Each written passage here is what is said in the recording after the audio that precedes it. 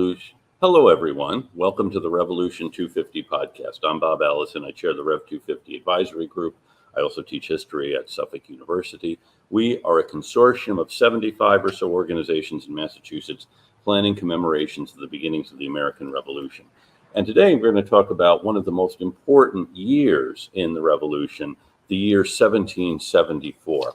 Late in that year, actually in the fall of 1774, so 250 years ago around now, an anonymous writer in a Philadelphia newspaper said that he wished he could live to hear the triumphs of the Jubilee in the year 1874, to see the medals, pictures, fragments, writings, etc., that shall be displayed to revive the memory of the proceedings of the Congress in the year 1774. So think of that. Here is someone thinking 100 years from now, what people will be celebrating is this year 1774, this triumphal year, and the proceedings of the Congress. And yes, the first Continental Congress assembled in Philadelphia in the fall of 1774, bringing the colonies together into an alliance.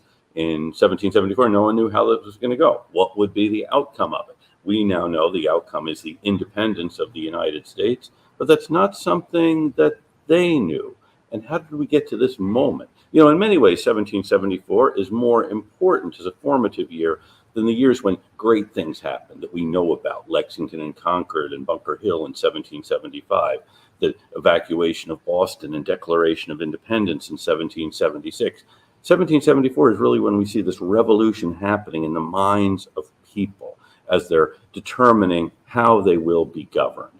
And it really starts, well, the year, of course, starts in January.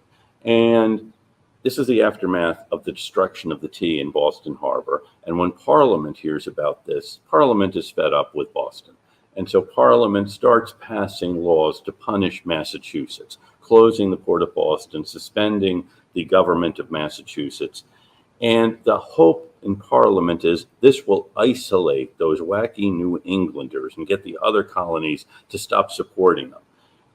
And of course, for Massachusetts, that's not what Massachusetts wants to happen. And we see Massachusetts really taking action, but also other colonies taking action. So, for example, in May of 1774, in Fairfax County, Virginia, a convention assembled, a convention chaired by George Washington. And George Washington and George Mason draft a series of resolves, the Fairfax Resolves. That is, these are the resolves of Fairfax County, Virginia, about these various acts imposing on Boston, shutting down the port of Boston, suspending the Massachusetts government. And the Fairfax Resolves profess that they really want to remain part of the British Empire. But Parliament has no power to govern us. Parliament has no power to tax us because we are not represented in Parliament. Representation and taxation, Fairfax County say, are inextricably linked. So we have George Washington, who is not a radical, supporting, actually leading the charge in Fairfax County, along with George Mason, to stand with Massachusetts. And Virginia will send aid to the beleaguered Bostonians, who are now being blockaded by British power. So if the Parliament's aim was to isolate Massachusetts, these early indications are that it's not working. And of course, the Massachusetts Assembly meets in May of 1774. They're meeting up in Salem, and there they are calling for a Continental Congress. That is, let's get all the colonies together to talk about what we should do. Of course, the governor is suspending the assembly as they are meeting, and they lock the door. The secretary of the province tries to get in to read the governor's proclamation that this assembly is dissolved. They lock the door. So he nails this proclamation to the door. This is the unfortunate Thomas Flucker, who can't really seem to catch a break here. And he's also, by the way, Henry Knox's father-in-law. So the assembly, with the door closed and the governor declaring them out of session, chooses delegates to a Continental Congress to meet in Philadelphia. The Congress, of course, is going to be a big risk for Massachusetts. What if they get there and the other colonies say, you know, you've gone too far this time? So this is a big step, but also a risky step. Now, meanwhile, of course, other things are happening. Some of the most important involve the Massachusetts Government Act. which arrives in Boston, actually, arrives in Massachusetts early in August of 1774. This is the act declaring that Massachusetts no longer will be governed by its town meetings, who will meet whenever the town wants to meet. And the town meetings traditionally had elected the sheriffs, the magistrates, the tax collectors. All officials are chosen by the town meetings, as well as members of the assembly. The assembly is the voice of the towns of Massachusetts, and arguing often with the governor, sometimes getting along with the governor. But we really see the British government realizing the town meetings have gone too far. The town meetings simply keep meeting, and they want to put a stop to this. So now you can only have one town meeting a year, and you have to ask the governor's permission for the meeting. You have to tell him what's on the agenda, and he has to approve it. So we have taken away from Massachusetts, from the people of Massachusetts, their traditional power to govern themselves. This is the Massachusetts Government Act. And the committees of correspondence meet at Faneuil Hall at the end of August, and they call for, well, protest would be a mild word. The courts are going, also in addition to the Massachusetts Government Act, suspends the old council. In the good old days, the assembly would choose members of a governor's council to advise the governor. Now, no more of that. The governor will choose the counselors. Hence, they are called the mandamus counselors. That is, they have an order from the governor to serve. One of the big problems for General Gage is figuring out who is going to be on this council. He has to start appointing them once he gets the Massachusetts Government Act. And these counselors then are people, they are sometimes not ardent supporters of the royal government. Of course, Gage is not going to appoint John Adams or Samuel Adams or others of these rebels to the council, but they are well-respected men in their communities. Timothy Bigelow, well, no, he's from the Worcester Committee of Correspondence. Timothy Payne from Worcester. He's one of the most respected men in Worcester County. Colonel John Murray, Daniel Leonard in Taunton. He was well known to John Adams. He and John Adams had tangled back in the late 1760s in a series of essays, argument between Novanglus and Massachusetts. Very clever pseudonyms for these two guys. And others, respected members of the community, appointed to the council. And in some cases, it comes as a surprise to them. They hadn't asked for this position, but as a sense of public duty, someone needs to advise the governor. Why not? The counselors really don't get anything out of this. So we have a number of counselors appointed, but some of those appointed realize I really shouldn't be doing this and resign. Others have, well, pressure is probably not strong enough a word put on them to resign. So, for example, Timothy Payne from Worcester has his house surrounded by the Worcester County militias, led by Timothy Bigelow, Colonel Timothy Bigelow, actually. He's a leader of the militia. He's also a leader of the Worcester Committee of Correspondence. So our friend Payne, no relation to either Thomas Paine, the later well-known radical writer, or Robert Treat Paine, who is one of the patriots on his way to the Continental Congress, Timothy Payne knows all of these leaders. He is one of them, and he's agreed to serve on the council. Now his house is surrounded by several hundred, perhaps thousands of militiamen. And Colonel Bigelow comes into the house and says, you really have to resign. And they persuade Payne that in order to keep the peace, as well as to protect his own safety, his best choice is to resign. So he does tell Payne, okay, I will resign. Here he does tell Bigelow, okay, I will resign as a mandamus counselor. So Bigelow goes outside and announces to this crowd, they're not on his property, they're gathered on the street outside, that Payne has agreed to resign. And they say, we need to hear it from him. So Bigelow goes back inside, and now Payne writes a letter of resignation, which Bigelow then goes outside to read. And the crowd says, no, we don't want you to read it, we want him to read it. So poor Timothy Payne, one of the most respected men in Worcester, comes outside where there are several, maybe 1,000, 2,000 militiamen gathered, and starts to read his letter of resignation. Of course, he's not a young man with a booming voice. They can't hear him. And they make, no, we can't hear you. So he tries reading it louder. That's not going to work. What they make him do is stand in the middle of the road so they can march past him. So each of them will be able to hear him read his letter of resignation. He has to read it over and over again till all of these hundreds of men are satisfied that he has actually resigned. So you don't simply have Timothy Payne resigning his position. He is letting them show him who is in charge here, who gets to serve. You're not going to serve because the governor wants you to. You serve because the people want you to. Colonel John Murray also resigns.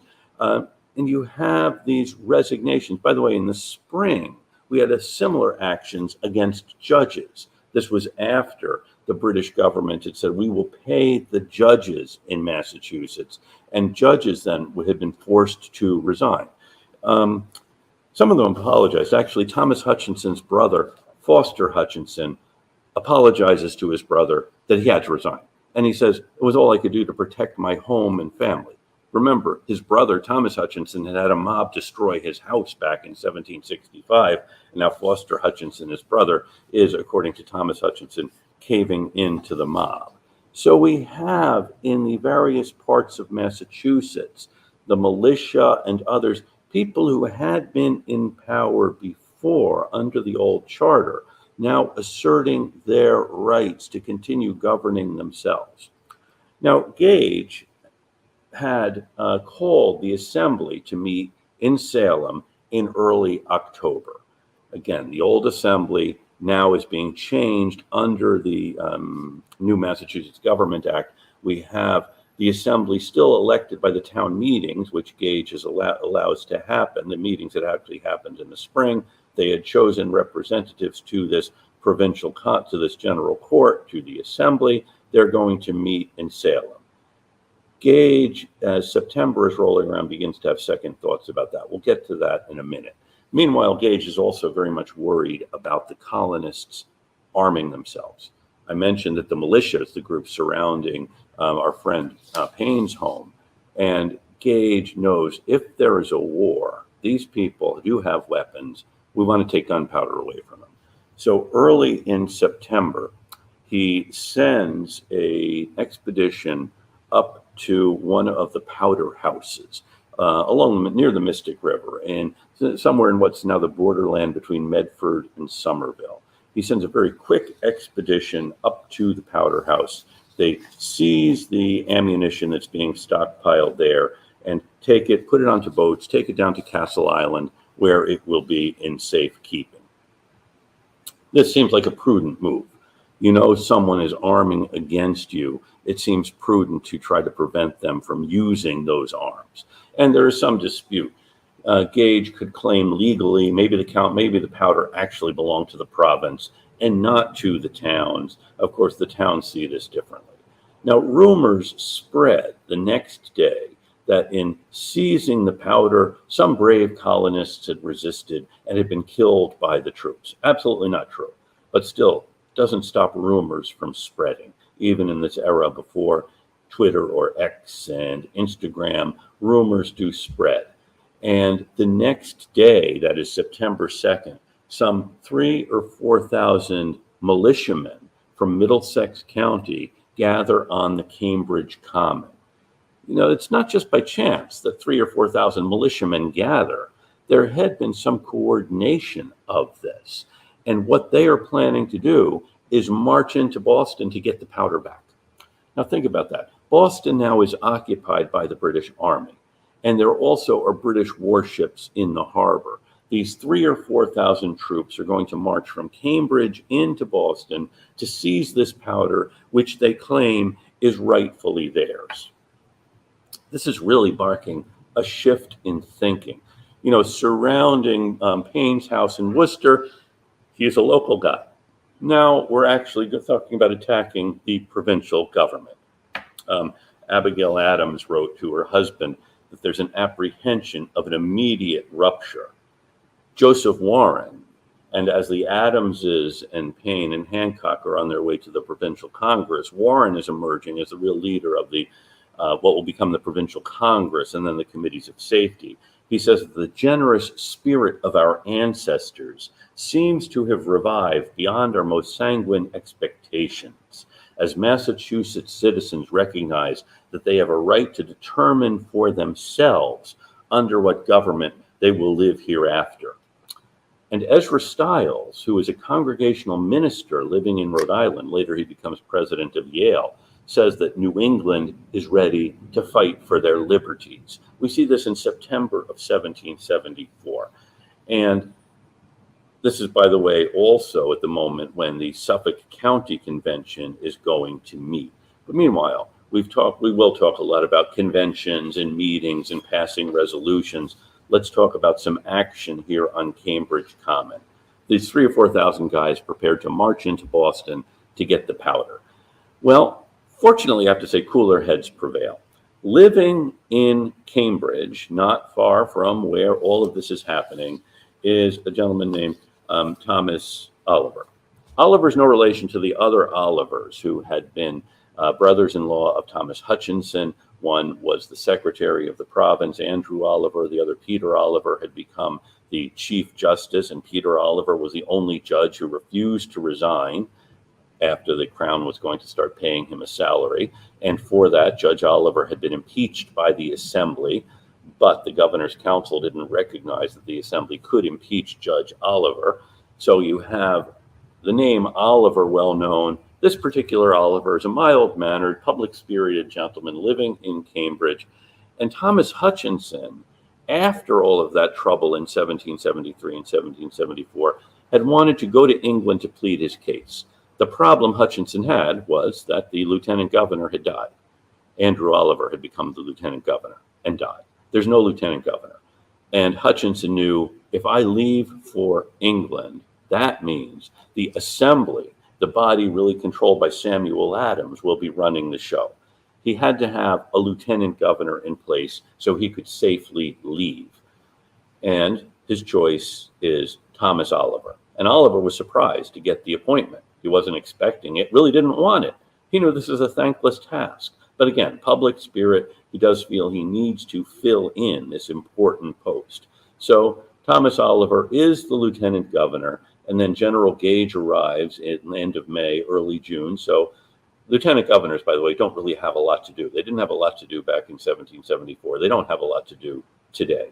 So he is happily at home in Cambridge, and then he hears, it's just a few streets away, the 3,000 or 4,000 militia troops gathering. So he goes to find out what's going on, learns that their plan is to march into Boston. He says that really would be a bad idea, as he knows that that there are a lot more troops in Boston than there are militiamen from Cambridge, no matter how high-minded they are. So Oliver goes into Boston to talk to General Gage, because there's a fear now these guys have gathered on Cambridge Common. Well, if we don't go into Boston, is Gage going to send forces out to attack us and maybe keep disarming us? So Oliver acts as a mediator. He goes into Boston and talks to Gage, tells him what the situation is in Cambridge, and it would be a big mistake for Gage to take some positive action here. So Gage is not going to send troops out to Cambridge. And Oliver says it's not a mob. This is the militia.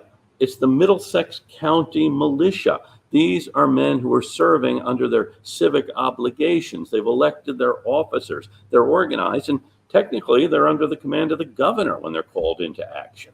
But now they are threatening to rebel against the governor. So Oliver gets Gage to agree, okay, I'm not going to send troops out to Cambridge. And he then goes back to Cambridge, tells them this, and also in Cambridge are a couple of other folks who are important figures in this. They happen to be coming through on their way back from meeting with General Gage, and when the government had been up in Salem. One is General Timothy Ruggles. He had been Speaker of the Massachusetts House of Representatives. He had been the chair or the president of the Stamp Act Congress back in 1765. Remember the Stamp Act Congress that had protested against Parliament's imposition of a stamp tax. He and Samuel Danforth, who was a judge, 78 years old, happened to be coming through Cambridge, and the militia stops them and forces them to resign as counselors. That is, Ruggles been appointed to the council, and you think if you're General Gage, who better than someone who has such standing in the community? Ruggles is forced out by this mob on September of 1774, as is Judge Danforth. His house is surrounded, doesn't want to, he knows what these people are capable of doing. And Oliver is deliberating with the militia, getting them to tone things down, and who should come through but Benjamin Hallowell, who's one of the customs commissioners, one of the people sent, and according to Boston propaganda, the customs commissioners are really the reason for all of this trouble. They had arrived back in the late 1760s. And Hallowell is someone who had made himself obnoxious to folks for quite a while. And he's coming through Cambridge in a very elegant carriage with his coat of arms on the side, with footmen in livery, and his drivers are in livery. So he travels in style. And it's a big, heavy carriage, which really can't outrun these guys on Cambridge Common, who start chasing them. Actually, they really start chasing him when Hallowell gets out of the carriage and starts haranguing them about their duty and that they should disperse. They have no right to be here, challenging their betters. So now these guys, this mob, as Hallowell calls it, the militia, as Oliver understands it, starts pursuing Hallowell. He actually has to get out of the carriage, and he gets to a horse, which will be faster, and he manages to ride all the way to the Boston line, getting across Boston Neck and into the security of Boston just before the mob apprehends him. This really shows a change going on. We almost got Hallowell. Then folks come back to Cambridge. Oh, and you know what? We're really not happy with the fact that Oliver is still lieutenant governor. So now the militia surrounds his house and forces him to resign as lieutenant governor. This is the thanks he gets for spending the day negotiating with General Gage, getting General Gage to try to tone things down. So we have lines being drawn here in Cambridge in September of 1774. Now, as I said, Gage had called for the councilors to meet with him in Salem, and also for an assembly to come into session in Salem in October.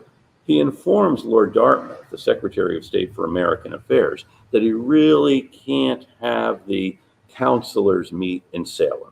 It would be unsafe for them. Salem is beyond his protection.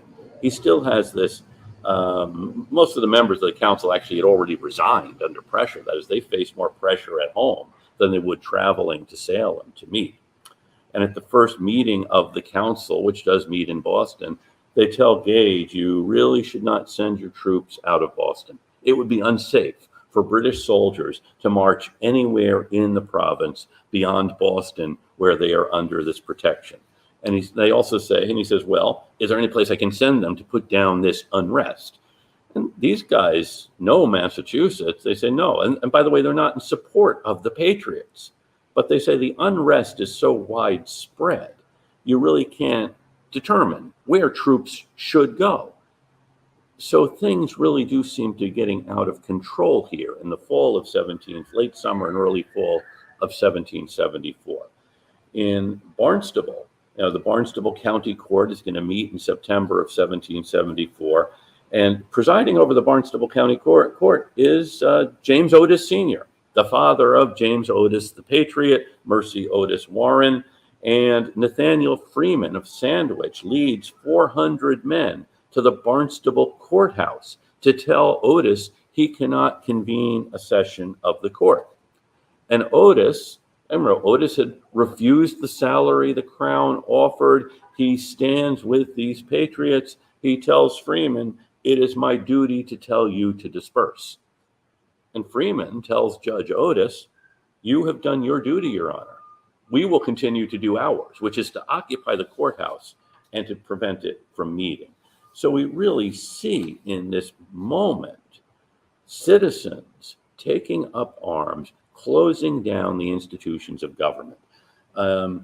In September, the courts had been closed in Worcester County and in Plymouth. Actually, in Plymouth, Peter Oliver, the late member of the council, had built the courthouse back in the 1740s. Now it is shut down by a mob, and for good measure, the citizens of Plymouth go down to the harbor and try to pick up Plymouth Rock and put it in front of the courthouse. They're trying to tie themselves with the deeds of their ancestors in trying to pick up the rock. It actually splits in half. So they pick up a fragment of the rock and put it in front of the courthouse. Later on, and in the next century, the pieces of the rock will be reunited back on the harbor front. So we have this change happening in Worcester County in early October. The Worcester County Convention. General Gage, by the way, had forbidden town meetings to happen. One happens in Salem, where he's living. And then county conventions meet because Gage didn't say anything about county conventions. I suppose if Gage had more experience dealing with teenagers, he might have been able to see the limits to what he could do. And the Worcester County Convention instructed its representatives to the provincial assembly that if the coercive acts were not repealed, that is the Massachusetts Government Act, the Boston Port Act, and these other acts meant to coerce Massachusetts back into obedience, they would consider Massachusetts to be in a state of nature. And because we have dissolved the old Constitution, and in the new government, all officers should be dependent on the suffrages of the people for their existence. Remember, Gage had said, or the Massachusetts Government Act said, all officers will be appointed by the governor. Now we say the only alternative to having offices determined by a popular vote is a state of anarchy or slavery. So we have for Gage a very real problem here. And remember, he had called a provincial assembly to meet on October 5th in Salem. And then he decides that probably won't be a good idea. So he sends out a call saying, the assembly is off. The members of the assembly claim, or at least 90 members of the assembly claim, they never heard that. So they assemble in Salem. And then as assemblies do, the first thing you do is you assemble, and then the governor comes to open the assembly. Well, they wait for the governor. He doesn't show up. They probably knew he wasn't going to show up, but officially they say, we thought he was going to show up. They say they send a message to him saying, where are you? And they say, we'll convene tomorrow. And they convene the next day, still no governor. And they say, well, the governor's not here, but we are. We now declare ourselves a provincial Congress. We're not an assembly because the old charter now has been dissolved. And they decide they will reconvene in Concord. So they move out to Concord to the first meeting house, a building which still stands, which is where the provincial Congress will meet. And the members of the provincial Congress, again, some of them hadn't been chosen at town meetings because the town meetings were suspended. In some cases, they are the selectmen from the town go. And other officials in the town go to represent their towns. And actually, more towns are represented in this provincial Congress than have been represented at the old assembly. Not because towns weren't allowed to be represented, but because if the assembly is not going to do anything, why send representatives to it? What's the point of having people showing up for meetings where nothing happens? Well, now it is clear something is happening. So we're going to send representatives, but the representatives often are people already in positions of authority in the towns, going to this provincial Congress in Concord, which essentially declares we're operating under the old charter. The office of governor happens to be vacant, and we will continue as the government of Massachusetts. Legislative power can't be annihilated. It has to be somewhere. Remember, it's a choice of either anarchy or slavery, having someone else hold the power. So we will continue to operate. Wright Tavern, which is next door to the first meeting house, becomes the committee meeting room. So a provincial government now is meeting in Concord. Meanwhile, General Gage, with the authority of the crown, is in Boston. And this is the big breakdown happening in 1774. Really a breakdown in what is the constitutional government of Massachusetts. And then the other big question is, will the other provinces or colonies agree with us? Or will they say, you know what, you really push things too far? That's the big conundrum as the continental Congress assembles in Philadelphia in September of 1774. And this is the first time John Adams had ever left Massachusetts. And he has lots of things to say about the places he goes to along the way. New York, and by the way, the delegates from Massachusetts are met with great acclaim as they pass through Connecticut and then into New York. But Adams really isn't impressed with a lot of the other places. I suppose he is a New Englander. About New York, he says, with all the opulence and splendor of this city, there is very little good breeding to be found. We have been treated with an assiduous respect, but I have not seen one real gentleman, one well-bred man since I came to town. Their conversation is not very agreeable. There is no modesty, no attention to one another. They talk very loud, very fast, and all together. If they ask you a question, before you can utter 3 words of your answer, they break out again and ask another and talk away. So New Yorkers talk too fast and ask a lot of questions. Philadelphia is the largest city in British North America, and it is also the second largest port in the British Empire. It is an impressive place. If you've just experienced Boston, Boston's been your metropolis. Philadelphia, with all its trade and wealth and regularity, is not Boston. The morals of our people are much better. Their manners are more polite and agreeable. They are purer English. Our language is better. Our persons are handsomer. Our spirit is greater. Our laws are wiser. Our religion is superior. Our education is better. We exceed them in everything. But, these are 2 very important buts, but in a market and charitable public foundations. So 2 big things, but other than that, our people are better, language purer, religion better, so on. Now, Philadelphia is different. One big difference between Philadelphia and Boston is there are a lot of churches in Philadelphia. Well, let me rephrase that. There are a lot of churches in Boston. In Philadelphia, there are a lot of churches of different denominations. There's a Presbyterian church, an Anglican church, and there is an Anglican church, and there's a small Presbyterian church in Boston. There's also a Quaker meeting house, which there is not in Boston, and something there is not in Boston, nor is there one in most of the rest of the British Empire. There's a Catholic church. In fact, there are 2 Catholic churches, Old St. Joseph's and Old St. Mary's. Actually, and there's also a Baptist church. Later on, some other day, I'll tell you about Isaac Backus, the Baptist minister from Massachusetts, who also goes to the Continental Congress, not at the invitation of the Adamses.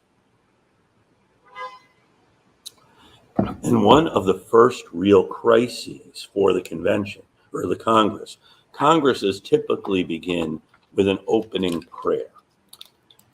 And there's some worry about this. In fact, when the proposal comes up to open with prayer, all eyes immediately turn to the Massachusetts delegation.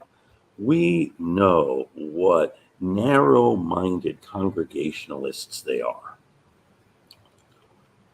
Will they simply want a congregational minister preaching to us? And how will they respond to this? Because for the first time, the Adamses and Paine and Cushing are among people who are not Congregationalists. Virginia, South Carolina are Anglicans, and in Philadelphia, there are Quakers, there are Catholics, there are Jews, there are Baptists, there are Presbyterians. How will Massachusetts respond when someone suggests maybe opening with a prayer? And can we get a minister who will appeal to all of these different denominations? And Samuel Adams, very wise, shrewd politician, says, yes, we should open with a prayer. And I have heard that the Reverend Duché is a very good minister and a very good preacher. Why don't we invite him? And then we can alternate among the other ministers in town. So Jacob Duché was an Anglican minister. So you have the New England Congregationalists asking for prayers to be led by an Anglican minister in Philadelphia. This is a great moment of ecumenicalism, as the Adams is now, the others say, well, gee, maybe these people aren't so bad. And Adams, by the way, John Adams in his diary writes wonderful descriptions of the different meetings he goes to. He even goes to a Catholic church He goes to old St. Joseph's, and he talks about the incense, the music, the artwork, things you don't have in a New England congregational meeting house. And the scenery and the music, he wrote to Abigail, is so calculated to take in mankind that I wonder how the Reformation ever succeeded. I wonder, he writes to Abigail, how Luther ever broke the spell. So you have this big opening of the mind, well, perhaps opening of the minds to New England, and then the Congress gets to work. And by the way, the Adamses and others had corresponded with a lot of the men they meet at this Congress. John Dickinson, they knew, was the author of the Farmer's Letters. They had never met him, and his personal appearance wasn't really that striking. He's a shadow, John Adams wrote, tall, slender as a reed, pale as ashes. One would think at first sight he could not live a month. Yet upon a more attentive inspection, he looks as if the springs of life were strong enough to last many years. He also says that Dickinson is modest, delicate, and timid. Rutledge, the elder from South Carolina, is there. His appearance is not very promising. No keenness in his eye, no depth in his countenance, nothing of the profound, sagacious, brilliant, or sparkling in his first appearance. And then Ned Rutledge of South Carolina, Adams says, is a perfect bobolink, a swallow, a sparrow, a peacock, excessively vain, excessively weak, excessively variable and unstudied, jejune, inane, puerile. These are people he wants to be his allies, but he's not holding back in what he thinks. Young Rutledge told me that he studied 3 years at the Temple. That is, he had studied law at the Temple in London. He thinks this a great distinction. Peyton Randolph, the speaker, the Virginians, he says, the Virginia geese are all swans, big men who carry themselves well. And so from this, and Patrick Henry, of course, really strikes them because he's someone who says, Henry said he had no public education. At 15, he read Virgil and Livy and has not looked into a Latin book since. His father left him at that age. He has struggled through life ever since. He has very high notions, talks about exalted minds, etc., but has a horrid opinion of Galloway, Joseph Galloway, a Philadelphia politician, on the Rutledges and John Jay. Their system, he says, would ruin the cause of America. He is very impatient to see such fellows and not to be at liberty to describe them in their true colors. So aside from personalities, what does the Congress do? In mid-September, Paul Revere arrives with the Suffolk County Resolves. These were the resolutions drafted by the Suffolk County Convention, meeting in Milton. Joseph Warren presided. And the Suffolk Resolves called on resistance to the British Crown and for all colonies to join in non-importation and standing together until the crisis was over. And will the other colonies go along with this? That's a big question. But they do. Even though there's a great deal of hesitation, there's a thought that this is a step to getting the crown to lighten up, not knowing what the crown's response will be. Adams is quite struck with this on September 17th when the Congress does approve the Suffolk County Resolves. Adams says, this was one of the happiest days of my life. In Congress, we had generous, noble sentiments and manly eloquence. This day convinced me that America will support Massachusetts or perish with her. So this is really the moment in 1774. Not only do you see this move toward self-government, toward restoring self-government in Massachusetts, we see Massachusetts able to bring the other colonies into an alliance through the mechanism of the Continental Congress and the idea that the other colonies will either side with Massachusetts or perish with her. 1774 is really the year the die is cast and the revolution begins. So I want to thank you for joining us for this discussion of 1774. I want to thank Jonathan Lane, our producer, and all of our Revolution 250 partners, as well as the listeners, both in and around Boston, as well as throughout the country and throughout the world. And every week we like to thank folks in different places who are tuning in regularly. And if you'd like to have an idea for something we should talk about on the podcast, send Jonathan Lane an email, jlane@revolution250.org. Jonathan is our tireless and executive director, as well as the guy who does everything bringing us together. He is very much the Samuel Adams or Joseph Warren of the Revolution 250 movement. So send him an email. And also, if you are in one of these places and want some of our Rev 250 swag, the lapel pins or the refrigerator magnets or the posters, send him an email, jlane@revolution250.org. And if you're in one of these places and want to get in touch, please do. So this week, I want to thank our listeners in Boston and Philadelphia, and in Milton and in Fairfax, Virginia, in Chonburi in Thailand, in Edinburgh, and in Goose Creek, South Carolina, and all places between and beyond. Thanks for joining us. And now we will be piped out on the road to Boston.